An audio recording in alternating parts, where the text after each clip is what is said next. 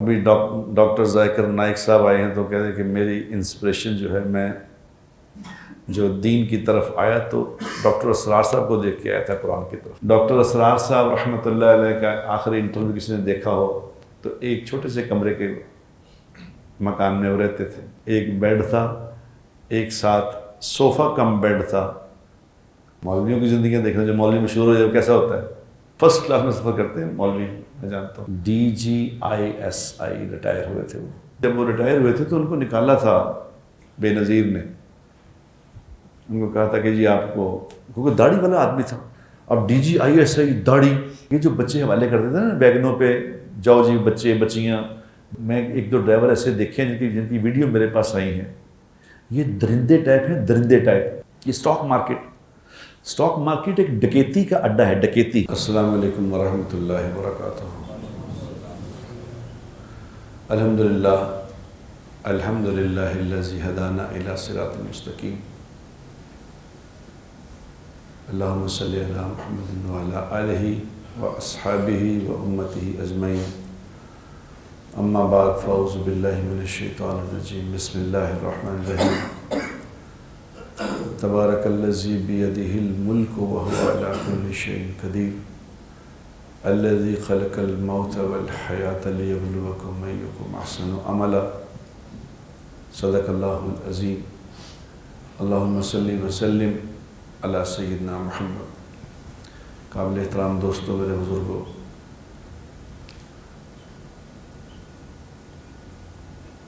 یہ جو ہمارا سفر چل رہا ہے، یہ سفر عن قریب ختم ہونے والا ہے۔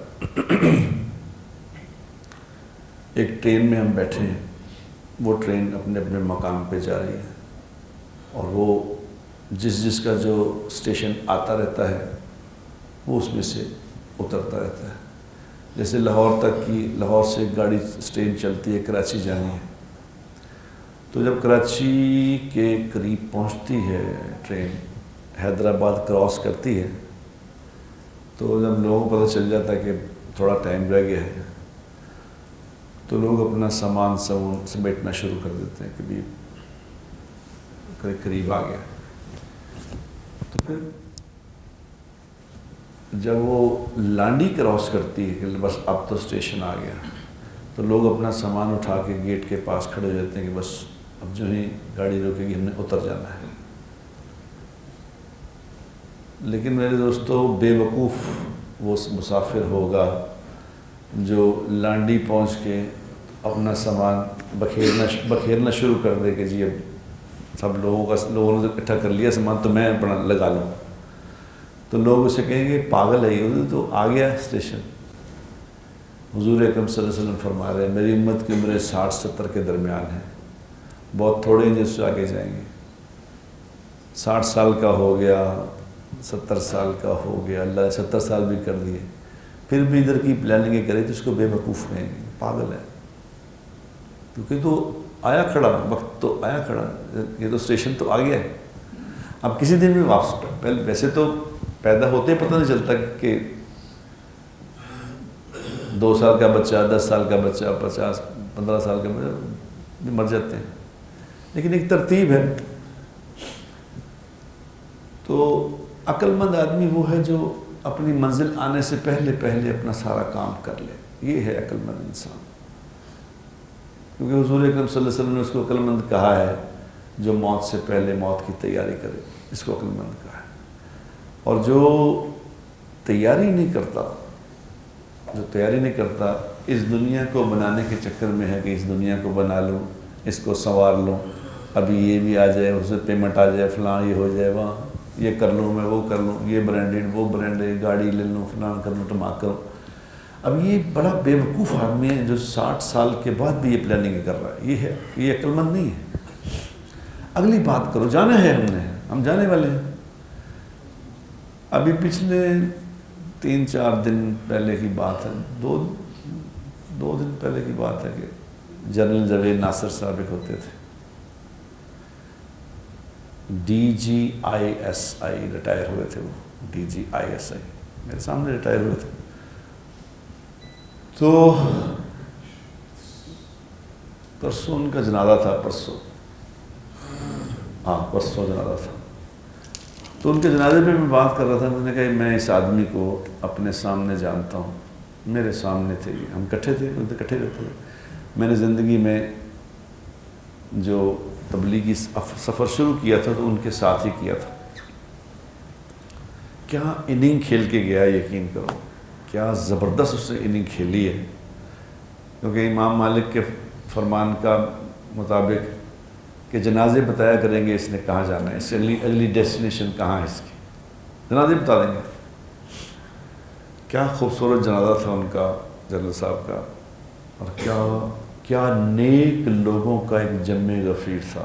نیک لوگ جنہوں نے اپنی زندگیاں دین پہ لگائی ہیں، وہ ان سے مسجد بھری ہوئی تھی، باہر تک بھری ہوئی تھی کہ جنرل صاحب کی آج روانگی ہے، ان کو روانہ کرنے آئے. رائے سے بھی بزرگ آئے ہوئے تھے، اور بھی کتنے علماء کرام، مفتی صاحبان، بزرگ نیک لوگ اس کو آئے تھے. تو میں وہاں کھڑا تھا، بات کر رہا تھا. میں نے کہا دیکھو یہ ہے اننگز کھیل کے گیا اور بتا کے گیا کہ تم نے کیسی اننگ کھیلی. DGISI یہ بتا گیا کہ اس پوسٹ پہ رہ کے بھی آپ آقت بنا سکتے ہو. یقین کرو کیا وہ آدمی تھا، کیا ایمان والا آدمی تھا وہ، کیا ایمان والا تھا. ایمان والے کی نشانی اگر دیکھنی ہو نا تو یہ دیکھنا کہ اس نے دنیا کتنی اکٹھی کی ہے. جو دنیا اکٹھی کرنے کے چکر میں ہے نا، کہ یہ سمجھ لو، یہ نہیں سمجھا بات. ابھی DGISI کے ریٹائر ہوئے ہیں، اس سے پہلے کئی DGISI ریٹائر ہوتے ہیں. ان کی زندگیاں لیوش، یہ جو ابھی ریٹائر ہو رہے ہیں، پہلے ریٹائر، ان کی زندگیاں برینڈڈ زندگیاں. یہ میرے سامنے ریٹائر ہوئے تھے DGISI، اور اس وقت DGISI بہت بڑی پوسٹ ہوتی تھی. اب یقین کریں DGISI ریٹائر ہوئے تھے تو یہ ان کے پاس شراڈ گاڑی تھی، شراڈ گاڑی تھی. اس شراڈ گاڑی میں ہی پھرا کرتے. میں ان کو کہتا تھا جنرل صاحب آپ DGISI ریٹائر ہوئے شراڈ گاڑی. تو وہ کہتے تھے کہ حلال تے انا ہی ہے یار، حلال تے انا کی ہوتا.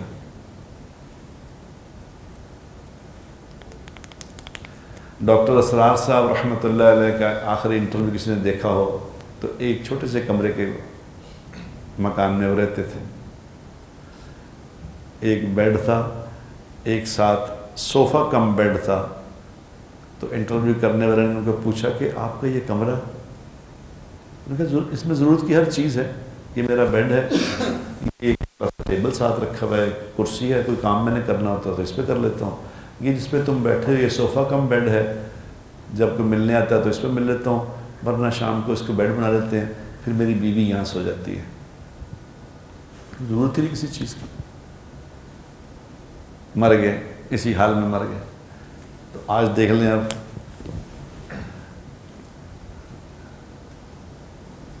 مولویوں کی زندگیاں دیکھ لیں. جو مولوی مشہور ہو جائے کیسا ہوتا ہے، وہ کیسا ہوتا ہے. وہ فرسٹ کلاس میں سفر کرتے ہیں مولوی، میں جانتا ہوں. فرسٹ کلاس میں، بزنس کلاس میں بھی بیٹھتے ہیں، کہتے فرسٹ کلاس میں سفر کروں گا. عادت نہیں رہی مجھے. اور گاڑیاں اور بڑے بڑے آگے پیچھے ہٹو بچو مولوی صاحب. وہ جس کو اللہ تعالیٰ نے دنیا میں ایک نام دے دیا، جس کے نام ابھی ڈاکٹر ذاکر نائک صاحب آئے ہیں تو کہتے ہیں کہ میری انسپریشن جو ہے، میں جو دین کی طرف آیا تو ڈاکٹر اسرار صاحب کو دیکھ کے آیا تھا قرآن کی طرف. اس کے کریڈٹ پہ لاکھوں لوگ ہیں ڈاکٹر اسرار صاحب. اور جنرل صاحب جو ہیں، جنرل صاحب کے کریڈٹ پہ بھی ہزاروں لوگ ہیں جن کو وہ دین کی طرف لے کے آئے. اللہ نے ان سے ایسا کام، جب جو ہی وہ ریٹائر ہوتے ہی جب وہ ریٹائر ہوئے تھے تو ان کو نکالا تھا بے نظیر نے. ان کو کہا تھا کہ جی آپ کو، کیونکہ داڑھی والا آدمی تھا. اب DGISI داڑھی، اور کیا ایمان والا تھا وہ پتہ؟ ایمان والا کیا تھا کہ جب اوجڑی کا کیمپ کا ایک واقعہ ہوا تھا، جو بڑی عمر والوں کو پتہ ہوگا، اوجڑی کیمپ کا واقعہ ہوا تھا.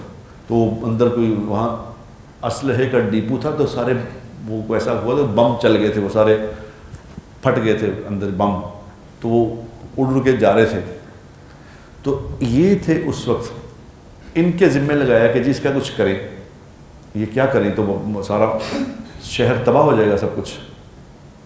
تو یہ خود مجھے سناتے تھے کہ میں نے اس وقت پھر جنرل صاحب جنرل ضیاء تھے ظالماً اس وقت، تو کہنے میں نے ان کو کہا کہ مجھے 10 بندے چاہیے، 10 بندے مجھے دے دو، آپریشن میں خود کر لوں گا، لیکن 10 بندے میری مرضی کے، آپ کی مرضی کے نہیں، میری مرضی کے۔ تو انہوں نے جنرل ضیاء صاحب نے کہا تم اپنے بندے چوز کر لو۔ تو کہنے میں نے ان بندوں کو چوز کیا جن کی نماز کبھی قضا نہیں ہوتی تھی۔ فوج میں سے ایسے لوگ میرے سامنے تھے جنہوں نے زندگی میں کبھی نماز قضا نہیں کی، جو اللہ کو سامنے رکھ کے زندگی گزارتے تھے۔ میں نے ان 10 کو بلایا، اور 10 کو بلا کے، 10 تھے یا 12 تھے، میں ان کو بلا کے کہا کہ وضو کر کے آؤ، وضو کر کے آؤ پہلے 2 رکعت صلاۃ الحاجت پڑھیں۔ صلاۃ الحاجت پڑھ کے میں نے ان سے کہا کہ دیکھو زندگی موت بموں سے نہیں آتی، بم نہیں مارتے انسان کو، موت اللہ کے ارادے سے آتی ہے۔ تو اگر ہم اس بات کو طے کر لیں کہ ہم نے اتنے بڑے لوگوں کی زندگیاں بچانی ہیں، تو ہم اللہ سے مانگیں گے کہ یا اللہ ہمیں توفیق دے، ہم سے کام کرا لے، تیری مہربانی، تو ہماری لاج رکھ لے۔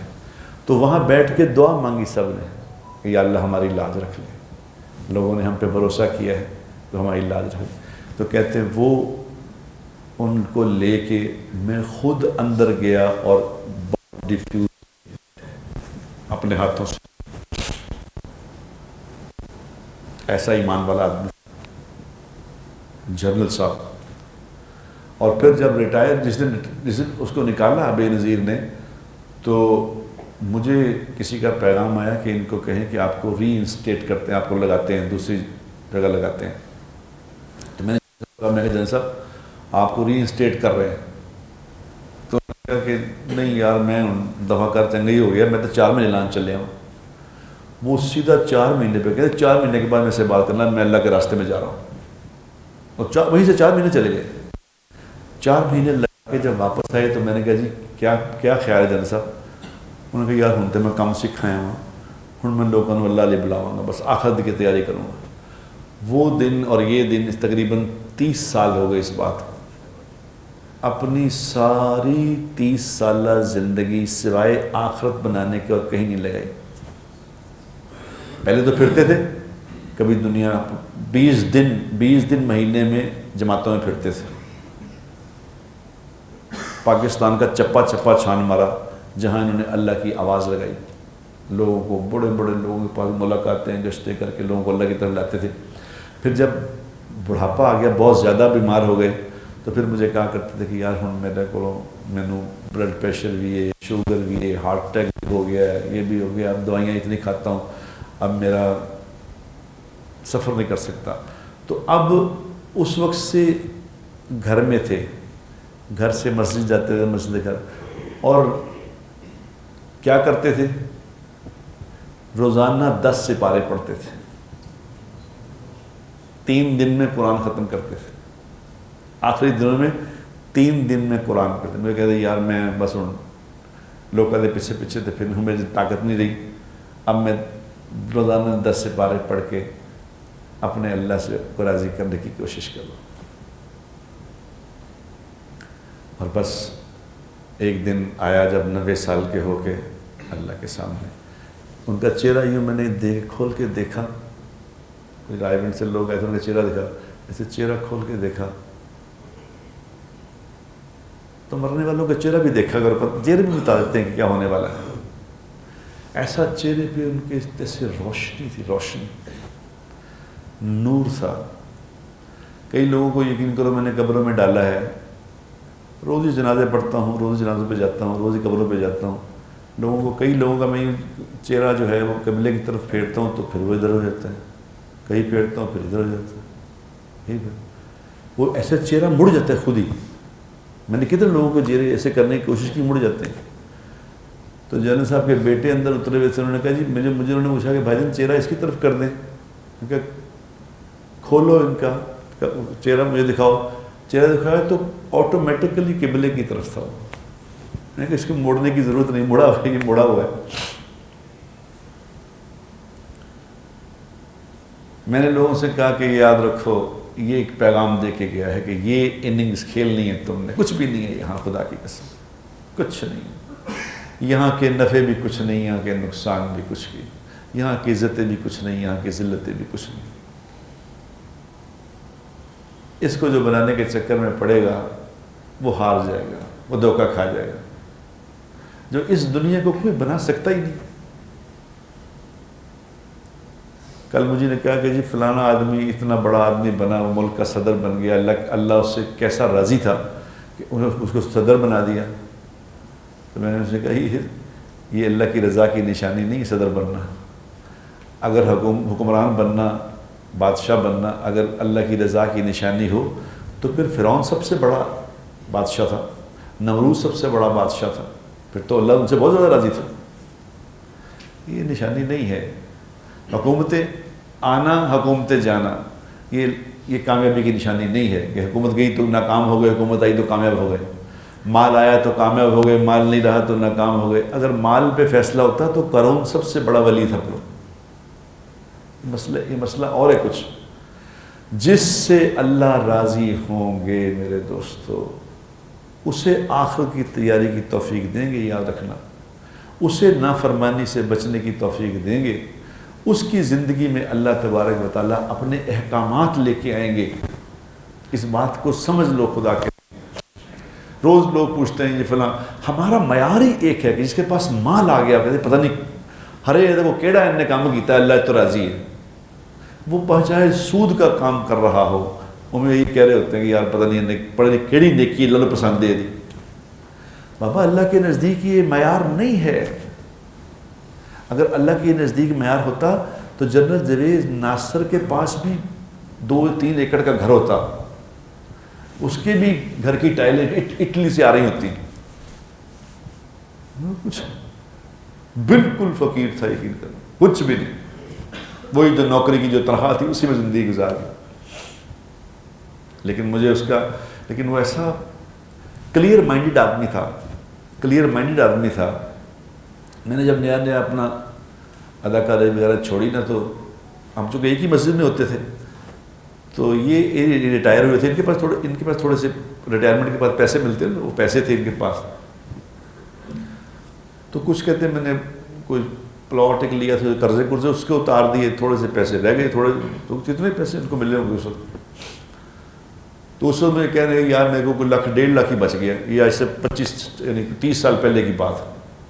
کہہ رہے ہیں میرے کو 1.5 لاکھ بچ گیا، ادھے پیسے تو لے لے یار، تو نواں کام چھڈیا، تیرے کو حالات ٹھیک نہیں ہون گے تو کچھ کام کر لے، جب آنے میں دے دی۔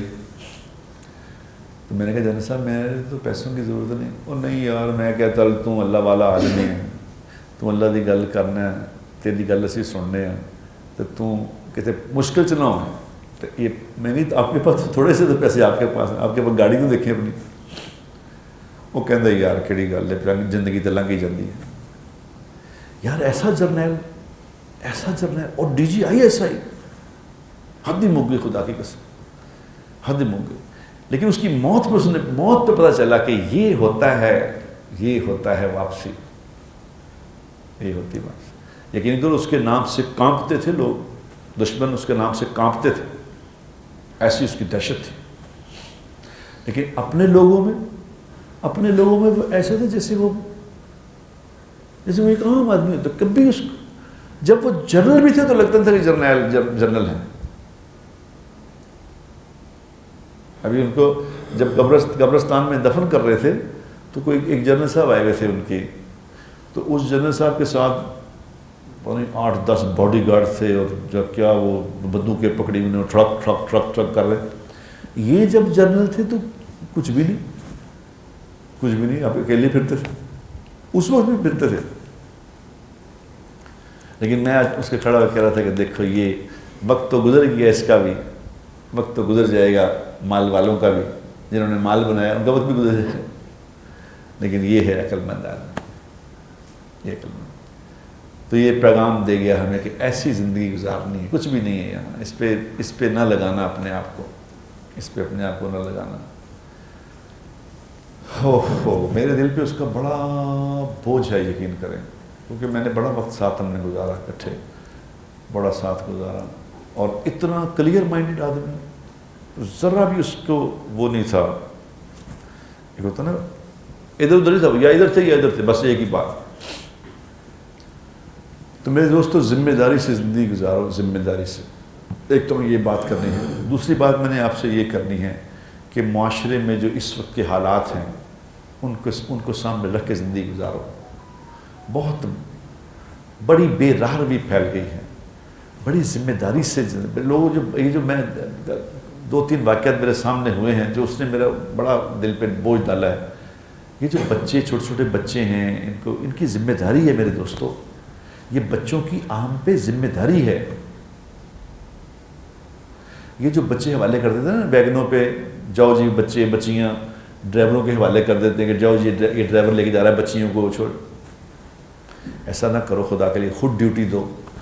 یہ ڈرائیور، میں 1-2 ڈرائیور ایسے دیکھے ہیں جن کی ویڈیو میرے پاس آئی ہیں. یہ درندے ٹائپ ہیں، درندے ٹائپ، کیونکہ ان کو تو نہ دین کا پتہ کچھ نہ دنیا کا پتہ. یہ ایک ویڈیو میں نے دیکھی ہے، میں ایک چھوٹی سی بچی کے ساتھ، ایک 5-7 سال کی بچی. یہ بہت بڑی ذمہ داری ہے. خدا کے لیے اپنے بچوں کو ان کے حوالے نہ کیا کرو. اور ایک گھر میں میں پہلے تو یہ کوئی جماعت میں گیا تھا، کئی لوگوں میں تو پتہ ہی کچھ نہیں کسی بات کا.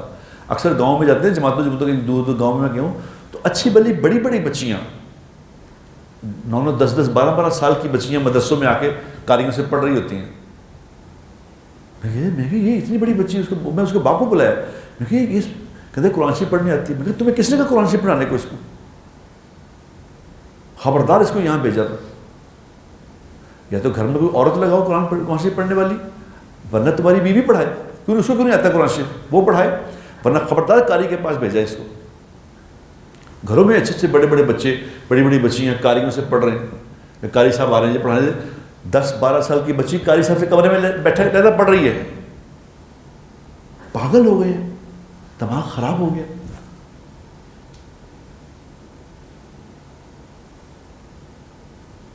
یہ جو 5 سال کی بچی بھی کسی قاری کے حوالے نہ کرو خدا کے لیے. بچی کو قرآن شریف پڑھانا خود پڑھاؤ یا کسی عورت سے پڑھاؤ، خدا کا واسطہ کسی قاری کے حوالے نہ کرنا.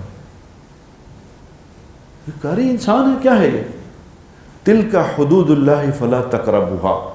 اللہ نے تمہیں کچھ حدیں بتائی ہیں، یہ ان کو نہ پھلانگو. ہم تو ڈر کے مارے بات نہیں کرتے کہ لوگوں میں اب سننے کی بھی سکت نہیں، لوگوں سنتے کوئی نہیں. وہ کہتے ہیں جی مجھے بڑے سخت گلاں کرتے. وہ آیا نا ذاکر نائک کو تو کوئی پرابلم نہیں ہے نا، وہ سیدھی باتیں کر رہا ہے.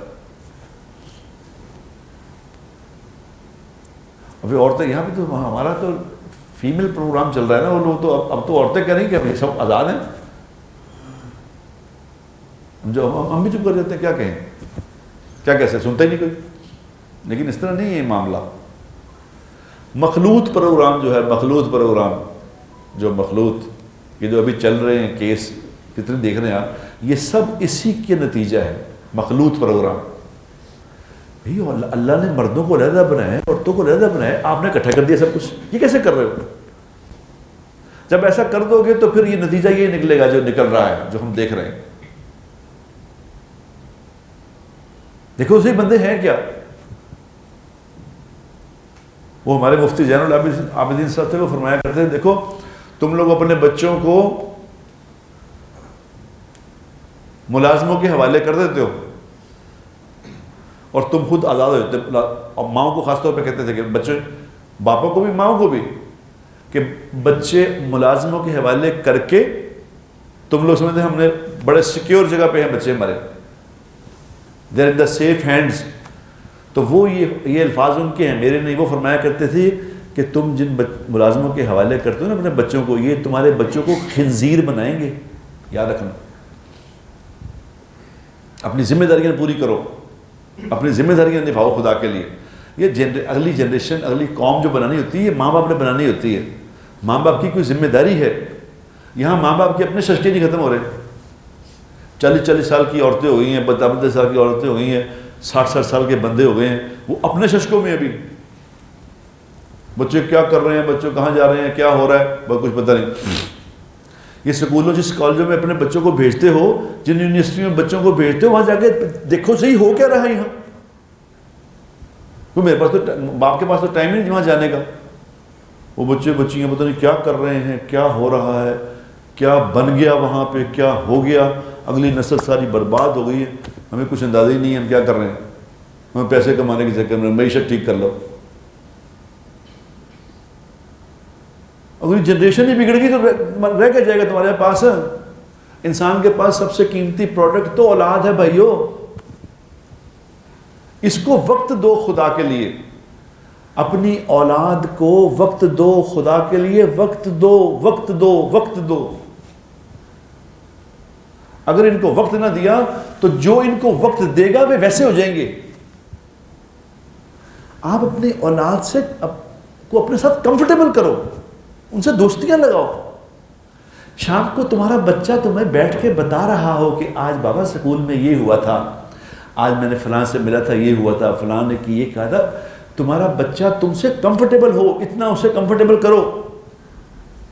یہ وہ والا زمانہ نہیں ہے جو پہلے زمانہ اور تھا. اس وقت یہ خرابیاں نہیں تھی, اب خرابی اس لیول کی ہو گئی ہے. اگر آپ نے اپنے بچے کو دوست نہ بنایا تو پھر جو بنائے گا وہ اس جیسا ہو جائے گا. خدا کی قسم ہم اگلی جنریشن ہار گئے ہیں, یاد رکھنا. میں بتا دوں آپ کو, ہم تو خیر اب تو ہمارے ہاتھ سے تو یہ گیم نکل گئی. ہمارے بچے تو جوان ہو گئے, ان کے بچے ہو گئے. ان کو کہتے ہیں خدا کے لیے جو غلطیاں ہم نے کی ہیں تم نہ کرنا. یہ زمانہ نہیں ہے کہ بچوں کو تم سکول بھیج کے فارغ ہو جاؤ کہ ہم چھوڑ کے آ گئے جی وہاں بس. اب وہ وہاں کیا کر رہے ہیں مجھے کوئی سروکار نہیں.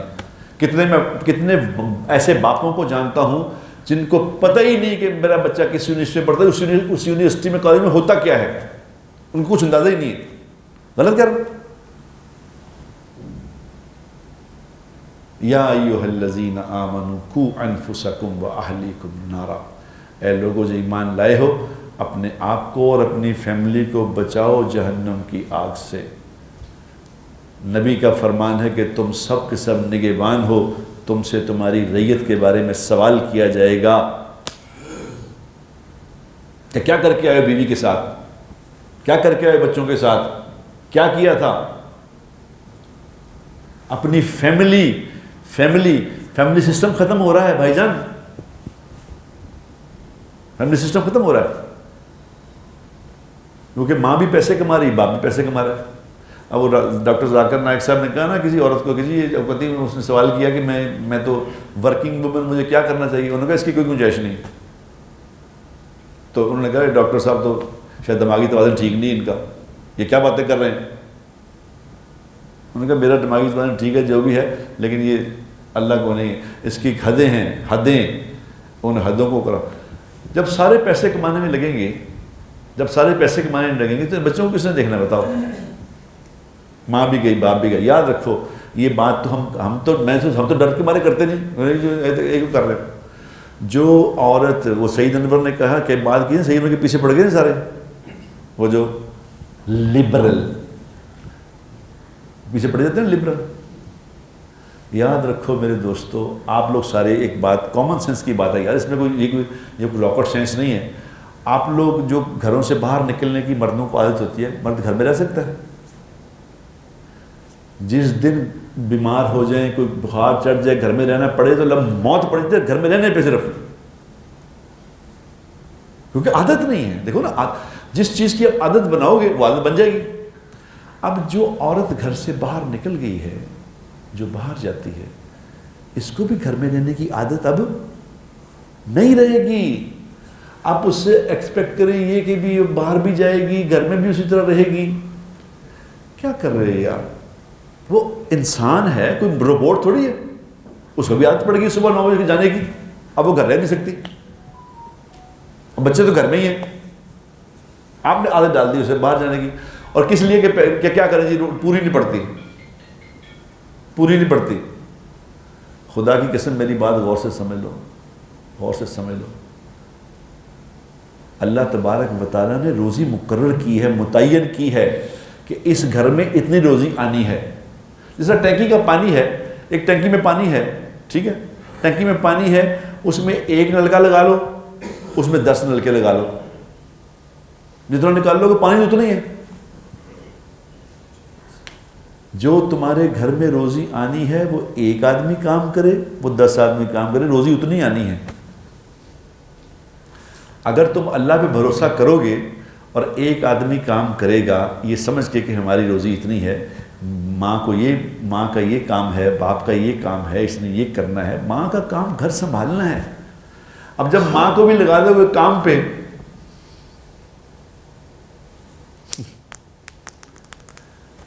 تھوڑے گھر دیکھے میں نے ایسے جن گھروں سے عورتیں کام پہ نکلی ہیں نا، نہ وہ گھر بچا ہے، نہ وہ اولاد بچی ہے، نہ وہ خاندان بچا ہے، یاد رکھنا۔ اب اس کو برا کہیں اچھا کہیں مجھے نہیں پتا، میں تو دیکھ کے بتا رہا ہوں آپ کو۔ وہ عورت گھر کے کام کی رہتی، پھر سارا کچھ گڑبڑ کر دیا، سارا کچھ گڑبڑ کر دیا، بیوی بھی گئی، بچے بھی گئے، فیملی بھی گئی، سب کچھ کیوں؟ کہ اپنی ذمہ داری نہیں نبھا رہے۔ میرے دوستو، یہ جہان کا مالک اللہ ہے، اس کو اللہ نے بتایا کیسے رہنا ہے، اس کو نبی نے سکھایا کیا کرنا ہے، ان کی حکموں کے مطابق زندگی گزار کے ہی کامیاب ہو سکتے ہیں۔ بنانے والے اپنے پروڈکٹ کے بارے میں بتاتے ہیں اس کو کیسے رکھنا ہے، ہم وہ بات سن ہی نہیں رہے، اپنی مار رہے ہیں۔ اپنی مار کے نہیں چلنی بات میرے دوستو، اس طرح نہیں چلنی بات، کیا ہوگا پھر آگے بگاڑ ہی یاد رکھنا۔ آپ دیکھ تو رہے ہیں ویلیوز آہستہ آہستہ ختم ہو گئی کہ نہیں ہو گئی؟ ایمان سے بتاؤ۔ بڑا چھوٹا، پہلے بڑا چھوٹا تھا، رہ گیا بڑا چھوٹا۔ اس کی کیا ہوا کہ اپنی ذمہ داری پوری نہیں کر رہے۔ ہر کسی کی ذمہ داری ہے، میری جو ذمہ داری تھی وہ پوری۔ مثال کے طور پہ یہ سنیل منج ہے، اس کی کمپنی ہے پاک ویل، ٹھیک ہے؟ اب پاک ویل میں یہ اس کو چلانے کے لیے کس قدر محنت کرتا ہے اور کس قدر محنت کی ہے پیچھے سے۔ اگر آج کے بعد یہ فیصلہ کر لے کہ جی میں نے وہاں دفتر جانا ہی نہیں، خود ہی چلتا رہے، چل جائے گا؟ کیا خیال ہے؟ یہ شیفٹ میں بیٹھے ہیں، اس کا ایک مالک ہے، وہ صبح آ کے یہاں بیٹھتا ہے، وہ ساری میٹنگیں پرانی، وہ آنا چھوڑ دے گا، جی میں کوئی گل نہیں، خود چل رہے ہو، چلے گا، چل جائے گا۔ بابا جس چیز کی ذمہ داری پوری نہیں کرو گے وہ چیز ختم ہو جائے گی۔ اتنی موٹی بات نہیں سمجھ آ رہی، یہ تو سب کو سمجھ آتی ہے بات کہ جس ذمہ داری کو پورا نہیں کریں گے وہ ختم ہو جائے گی۔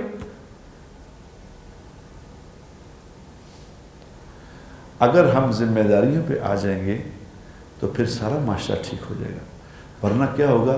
ہمارے معاشرے میں یقین کرو اس لیول کے کرائم ہو رہے ہیں، لوگ تو سمجھیں نا یہ چھوٹے موٹے کرائم، ڈاکو ڈکیتی ہو گئی ہے، لوگ وائٹ کالر کرائم کر رہے ہیں، وائٹ کالر کرائم، بڑی ایسی صاف ستھری ڈکیتیاں کر رہے ہیں اس کی کوئی حد نہیں۔ یہ سٹاک مارکیٹ ایک ڈکیتی کا اڈا ہے، ڈکیتی، کوئی اور وہاں پوچھنے والا کوئی نہیں۔ ابھی کل میں نے مجھے اس نے بتایا، ایک میرا دوست ہے، اس نے بتایا کہ جی وہ پاکستان ریفائنری ایک ہے، PRL پاکستان ریفائنری، اس میں کل صبح انہوں نے خبر لگائی، کل صبح 9:30 بجے مارکیٹ کھلتی ہے، 8 بجے اخبار میں خبر آئی کہ جی یہ PRL کا جو ہے نا کانٹریکٹ ہو رہا ہے، چائنا سے کانٹریکٹ ہو گیا ہے، چائنا اس میں $1 بلین کی انویسٹمنٹ کرے گا۔ اب یہ خبر صبح آ گئی، اب جب صبح خبر آئی 25 روپے کا شیئر تھا، وہ 25 روپے کا شیئر جناب لوگوں نے خریدنا شروع کر دیا، وہ 27.5 روپے کا ہو گیا، 2.5 روپے اس میں پڑ گئے، تو وہ پھر کم ہونا شروع ہوا، کوئی روپیہ کم ہو گیا، تو وہ 1.5 پونے 2 روپے اس طرح لوگوں نے اس میں 5-6 کروڑ کا کام ہو گیا، یعنی 20-25 کروڑ روپے کا جاڑی لگ گئی۔ اب اگلے دن صبح، آج صبح اس کی خبر آئی کہ جی وہ خبر غلط تھی، وہ تو کوئی کانٹریکٹ نہیں ہوا، یعنی وہ کل اپنا سارا غریبوں کو مال دے دوں کے آج ختم ہو گئی۔ اور یہ ڈکیتی ہے، باقاعدہ ڈکیتی ہے۔ اگر کوئی سچ مچ کا ملک ہو نا، سچ مچ کا ملک ہو، تو اس کے CEO کو 9000 سال قید کر دیں کہ تم نے کیا کیا، یہ تم نے کیا کیا ہے، کہ تم نے جب صبح خبر آئی تھی تم نے اسی وقت کیوں نہ کہا کہ یہ غلط ہے؟ تم نے سارا دن اس میں اپنا اس کو اوپر کرا کے مال اپنا بیچ باچ کے اگلے دن صبح خبر دے رہے ہو غلط تھی، وہ سارا دن تمہیں نظر نہیں آئی کہ غلط ہے یہ۔ لیکن چونکہ پاکستان ہے، کسی کون پوچھ سکتا ہے، پتہ نہیں کتنے لوگ اس میں انوالو ہو گئے۔ جب قوم میں اس طرح کی یہ ذمہ داریاں پوری نہ کرو گے تو کبھی ایسے ہو جائیں گے لوگ. آج لوگ چیخے ماریں گے جی وہ کل کیا ہو گیا جی ہمارے ساتھ دیکھو ظلم ہو گیا. ظلم کرنے والے 10 وہ جن نے 5-5 7 کروڑ کی دیہڑیاں لگا لی ہیں وہ بے شرم یہ سمجھ رہے ہیں کہ ہم اس سے اپنا کام ہمارا بن جائے گا. یہ تمہاری اولادوں پہ لگے گا یہ مال, یاد رکھنا, اس سے بنا نہیں سکتے. ایسی چیخیں نکالے گا یہ مال, خدا کی قسم ایسی چیخیں نکالے گا کہ پھر تمہاری چیخیں سننے والا زمین پہ کوئی نہیں ہوگا. حضور اکرم صلی اللہ علیہ وسلم نے ایک ہی بات فرمائی تھی, فرمایا میرا امتی سب گناہ کر سکتا ہے, نہ جھوٹ بول سکتا نہ دھوکہ دے سکتا ہے. جس نے دھوکہ دے کے مال کمایا, یاد رکھنا دھوکہ دے کے مال کمایا, یہ انتظار کرے یہ دھوکہ بڑا ہو کے واپس تم تک پہنچے گا اور تمہارے خاندان کی چیخیں نکلوا دے گا. یاد رکھنا میرے دوستو, مر جانا ہے, ہم نے مر جانا ہے. موت کو سامنے رکھ کے زندگی گزارو, اپنی ذمہ داریاں پوری کرو. باپ اپنی ذمہ داری پوری کرے, شوہر اپنی ذمہ داری پوری کرے, ماں اپنی ذمہ داری پوری کرے, اولاد اپنی ذمہ داری پوری. جب ذمہ داریوں کو پورا کریں گے تو معاشرہ بنے گا. یاد رکھنا پھر دنیا بھی بنے گی, پھر موت بھی آئے گی تو ایسی آئے گی جیسے جنت جاوید ناصر کو آئی ہے, پھر ایسی آئے گی. ورنہ میرے دوستو لوگ روز مر رہے ہیں.